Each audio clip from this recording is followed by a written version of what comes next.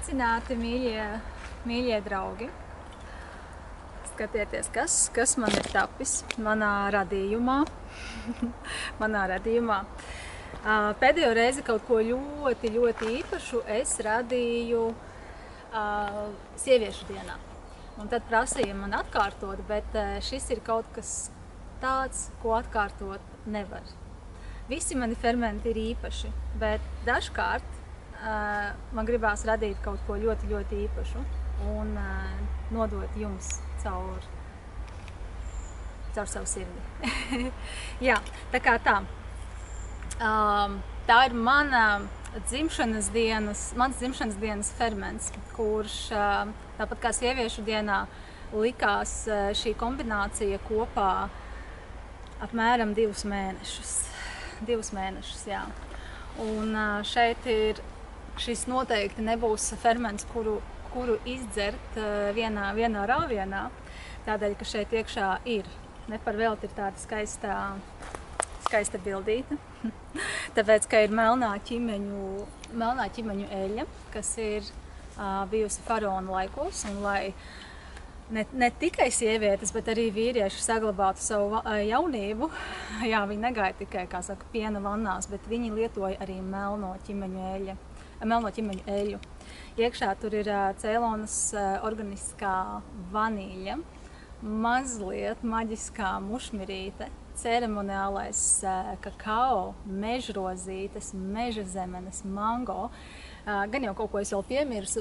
Vienmēr sakot, tāds ekstāzes sprādziens, es teiktu. Ekstāzes sprādziens, tāpēc, ka tad, kad viņi iedzer, tu jūti, kā tu būtu iedzēris jaunības eliksīru.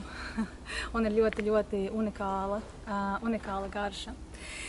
Tā kā tā, mīļie draugi, no manas sirds uz jūsu, dāvana jums var rezervēt laicīgi, jo, protams, kad šīs radītās pudelītes aiziet ļoti ātri, un viņas ir maz. Jā. Tā kā tāda mana dzimšanas dienas dāvana jums, lai visiem forša diena, forša dzīve, radam, priecājamies, mīlam viens otru, un jā, lai visam pāri mīlestība. Saku.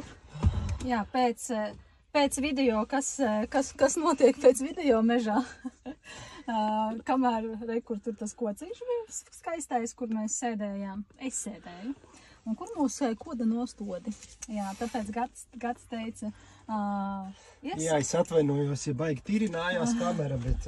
Jā, iesim uz mašīnu, kur asinsūcēju nav. Jā, tā. Viņiem pēdējais...